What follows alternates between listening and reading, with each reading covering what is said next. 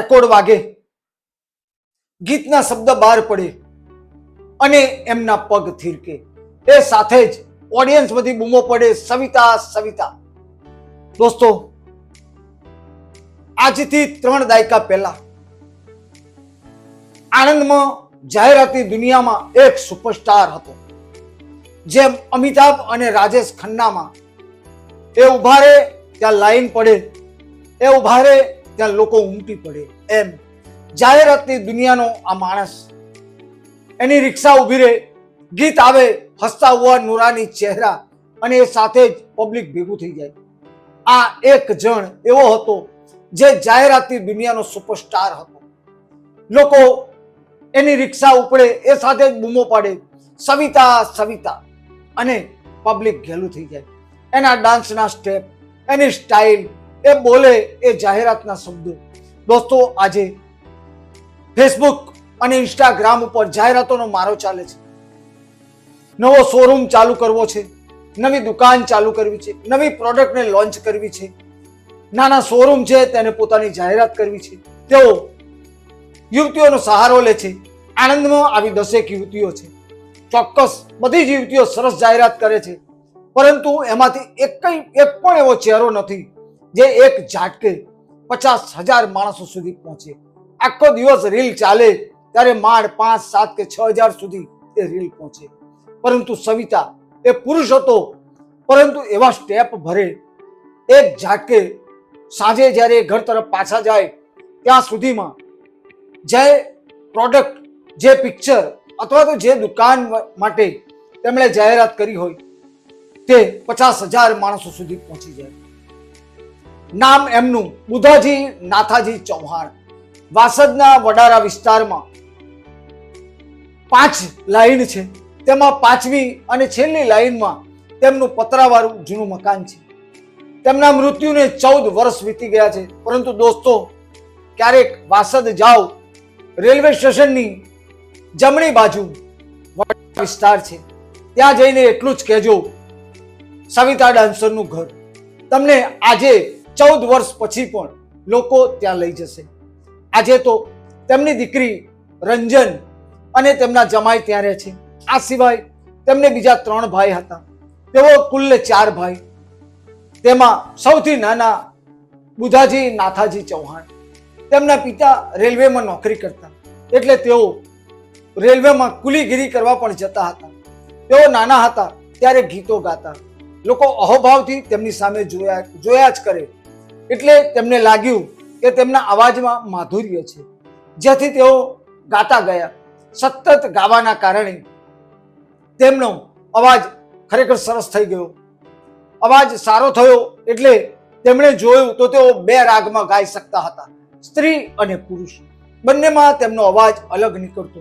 આ ઉપરાંત તેમના લાંબા વાળ અને માધુર્ય ભરો સુંદર ચહેરો, કોઈ પણ માણસ એ બાળકને જુએ તેના તરફ આકર્ષાય તેવું કુદરતી આકર્ષણ તેમનામાં હતું. તેઓ 10 વર્ષના થયા એટલે વડારા વિસ્તારની 2 યુવતીઓ અને એક મરાઠી યુવાન સાથે તેઓ ટ્રેનમાં જાય. એક જણ ખંજરી વગાડે અને તેઓ ગીતો ગાય. આ રીતે તેમનું ગાડું ચાલતું. લગભગ 14 વર્ષની ઉંમરના તેઓ થયા ત્યારે આણંદમાં 2 ટોકીજો ચાલે, સ્વસ્તિક અને ગોપાલ. જેમાં ગોપાલ ટોકીજના કમલેશભાઈએ તેમને પોતાને ત્યાં જાહેરાત કરવા જણાવ્યું. તેમને ખબર પડી ગઈ કે આ છોકરો સરસ ગાઈ શકે છે. તે વખતે શાકભાજીની ફેરિયાઓ જે લારી લઈને ફરે છે તેવી લારી ઉપર પિક્ચરના 2 પોસ્ટર આજુબાજુ મૂકવામાં આવતા. આગળ એક છોકરો ડ્રમ વગાડે અને બુધાજી ત્યાં માઇકનું ભૂંગળું લઈને નીકળે. એ ભૂંગળામાં તેઓ જાહેરાત કરે અને ગીતો પણ ગાય. તેમના ગીતો સાંભળવા પણ લોકો ઉમટી પડે. આ ભૂંગળું તે વખતે થિયેટરને મનુભાઈ આર પટેલની કંપની પૂરી પાડે. મનુભાઈ ત્યારે આણંદ અને ખેડા જિલ્લાના સંગીતની સિસ્ટમના સપ્લાયર હતા. તેઓ એમ્પ્લીફાયર આપે, રેકોર્ડ આપે, તે વખતે રેકોર્ડો ચાલતી તે આપે, માઇક સિસ્ટમ આપે, લાઇટિંગ આપે, બધું જ આપવાનું કામ મનુભાઈ આર પટેલની કંપની કરતી. આજે નગરપાલિકા હોસ્પિટલની બહાર સુગમ નગરપાલિકા હોસ્પિટલની બહાર ચશ્માઘર છે, તેની બરોબર સામે મનીષ ડ્રેસીસ છે. એની આજુબાજુ જ મનુભાઈ આર પટેલની કંપની હતી. ત્યાં તેઓ બધો સામાન રાખતા. તેમની નજર બુધાજી ઉપર પડી એટલે તેમણે તેમને એડોપ્ટ કરી લીધો. મનુભાઈ તેમના ગુરુ બન્યા અને તેમને કહ્યું, તું ઘોડાગાડી આગળ જાહેરાત કરતા શીખી જા. મનુભાઈની પ્રેરણાથી બુધાજી શીખી ગયા. પછી મનુભાઈએ તેમને કહ્યું, ઘોડાગાડી ઉપર 2 ભૂંગરા છે, તું થોડો ડાન્સ પણ શીખ. એટલે પિક્ચરોમાં જોઈને તેઓ ડાન્સ શીખ્યા.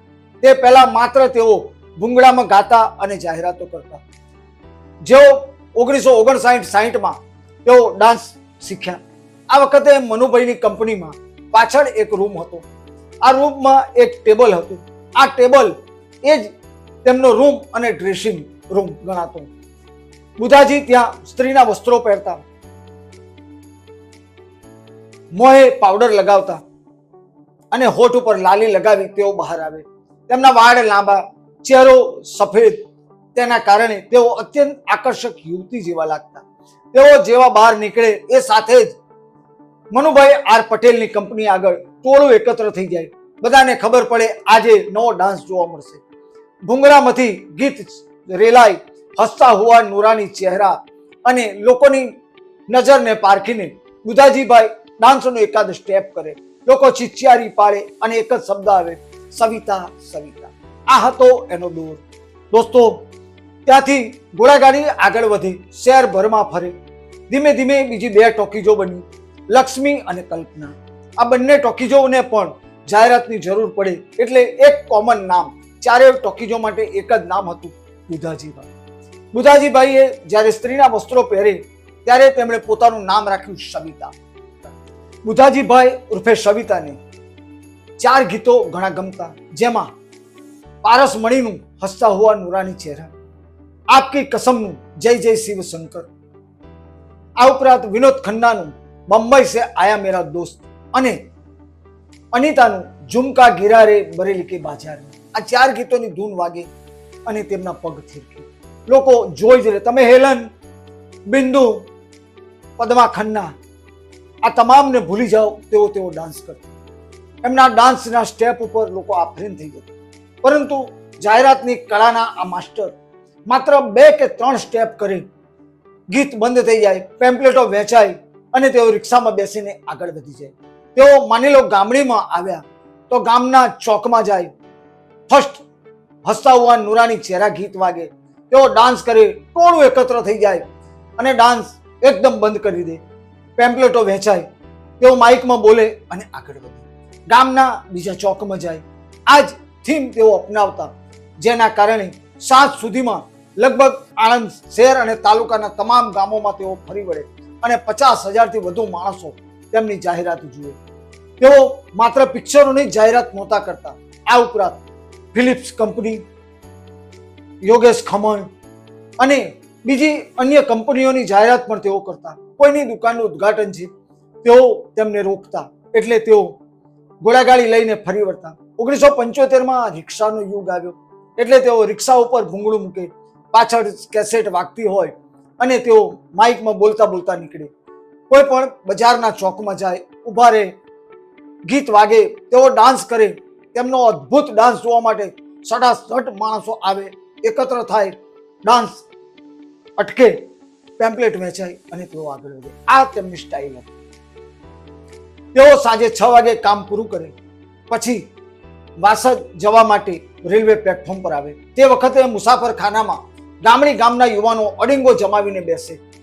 તેઓ સવિતાને જુએ એટલે બૂમો પાડે. તેઓ તેમની પાસે જાય, બંને સામસામે હસી મજાક કરે, ફરમાઈશ મુજબનું એકાદ ગીત સરસ અવાજમાં તેઓ ગાય.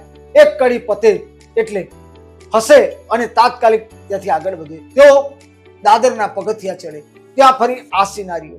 કેટલાક યુવાનો ત્યાં પણ ઊભા હોય, બીજા અન્ય મુસાફરો હોય, બધા સવિતાને ઓળખે, તેમની જોડે વાતો કરી, ઠહાકા મારે, એકાદ જોક થાય, મજાક થાય, એક ગીતની કડી ગવાય અને સડસડાટ તેઓ દોડીને દાદર ચડી જાય. તેઓ દાદર ઉતરે, ત્યાં પણ આ સિનારી. ત્યાંથી પ્લેટફોર્મ નંબર 1 ઉપર જાય, લોકલ આવવાની તૈયારી હોય, પોલીસવાળા તેમની રાહ જોતા હોય, અન્ય મુસાફરો તેમની રાહ જુએ. ત્યાં આ જ સિનારીઓ થાય. ગાડી આવે, તેઓ હાથ હલાવે અને અંદર બેસી જાય. બુધાજી ઉર્ફે સવિતા સીટ ઉપર બેઠા ના બેઠા અને ટોળું વળી જાય. ત્યાં પણ લોકો ફરમાઈશ વ્યક્ત કરે એટલે તેઓ એકાદ બે ગીત લલકારે, અલક મલકની વાતો થાય. વાસદ આવે તેઓ અત્યંત તીવ્ર વેગથી નીચે ઉતરે અને પોતાના ઘરે ચાલે જાય. આ તેમનો રોજનો ક્રમ. દોસ્તો, એક આડ વાત, તેમનો એક હાથ થોડો નબળો હતો, જેને બાદલો પણ કહી શકાય. પાછલી ઉંમરમાં આ હાથથી તેઓ કામ પણ કરી શકતા નહોતા. હું તેમને 2009માં મળ્યો ત્યારે વાળ પાંખા થઈ ગયા હતા, ચશ્મા આવી ચૂક્યા હતા. જોકે જોશ યથાવત રહ્યું હતું. તેમણે મને કહ્યું હતું 1984-85 પછી અખબારો આવવા લાગ્યા એટલે જાહેરાતનું કામ ઘટતું ગયું. કામ ઘટતું ગયું એટલે તેમણે બરોડાની વાત પકડી. બરોડામાં તેઓ સ્ટેજ શો પણ કરતા, સ્ટેજમાં ડાન્સિંગ પણ કરતા, પરંતુ ધીમે ધીમે એ પણ તેમણે ઓછું કર્યું અને માત્ર જાહેરાતો જ કરતા હતા. એક વખત આવા જ એક સ્ટેજ શોમાં શારદા હાઈસ્કૂલના શિક્ષક બંસીલાલ તેમને મળ્યા. તેમણે તેમને પોતાની સ્કૂલમાં બોલાવ્યા. ત્યાં તેમને વાજિંત્ર શીખવાડ્યું અને પછી તેઓ વાજિંત્રના નિષ્ણાત બન્યા, ગિટારના નિષ્ણાત બન્યા, તેઓ સારા તબલા વાદક બન્યા, તેઓ સરસ પિયાનો વગાડતા શીખ્યા. આમ કુદરતી એમનામાં એક ટેલેન્ટ હતી. તેઓ એક કલાકાર હતા, જન્મજાત કલાકાર હતા. તેના કારણે તેઓ આ બધું ઝડપી શીખી જતા. તેઓ જ્યારે બરોડામાં ગયા ત્યારે એક ટ્રેનમાં મશીનરી અને વસ્ત્રોનું એક પ્રદર્શન હતું. આ ટ્રેન હિન્દુસ્તાનભરમાં ફરવાની હતી. બધાને ખબર હતી કે સવિતાથી આગળ જાહેરાત કરનાર કોઈ નથી, એટલે સવિતાને સ્પેશિયલ રાખવામાં આવી. 6 મહિના સુધી તેઓ આ ટ્રેન સાથે રહ્યા. ટ્રેન જ્યાં પણ જવાની હોય, આગલા દિવસે સવિતા ઉર્ફે બુધાજી ટ્રેન સિવાય કાર મારફતે જે તે ગામ, જે તે શહેરમાં પહોંચી જાય, આજુબાજુના વિસ્તારમાં જાહેરાત કરે અને પછી આગળ વધી જાય. ફરી જ્યાં ટ્રેન જવાની હોય ત્યાં જ જાય. આ ઉપરાંત બોમ્બેમાં પણ તેમને 1 વર્ષ માટે લઈ જવામાં આવ્યા હતા. બોમ્બેની પાર્ટીઓ તેમને ત્યાંથી અમરનાથ લઈ ગઈ.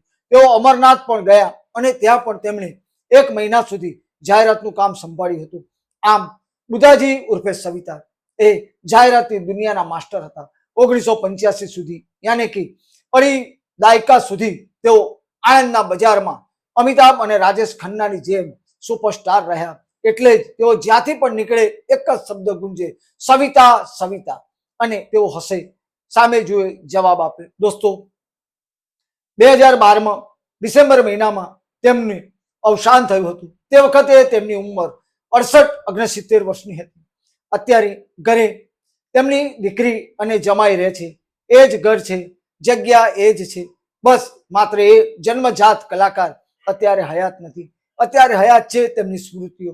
હું જે બોલી રહ્યો છું તે તેમના અંગો કે જે તેમણે અહીંયા પ્રસારિત કર્યા હતા, તેમનો ડાન્સ, તેમના સ્ટેપ, તેમનો અવાજનું માધુર્ય, તેમણે ગાયેલા ગીતો, તેમણે વગાડેલા તબલા અને ઘોડાગાડી તથા રિક્ષાની આગળ તેઓ ડાન્સ કરતા, એ વસ્તુ ઇતિહાસની જેમ અમર થઈ ગયેલી છે. આજે પણ વૃદ્ધ અથવા તો પ્રૌઢ થયેલા લોકો, જે લોકો 50થી 80-90 વર્ષના છે, તેમને ખબર છે સવિતા કોણ હતી. આજની પેઢી તેને જાણે એ જરૂર છે. આવા જન્મજાત કલાકારો ભાગ્ય પાકે છે. સવિતા તેમનામાંના એક હતા અને એટલે જ આજે તેમનું નામ ચાલી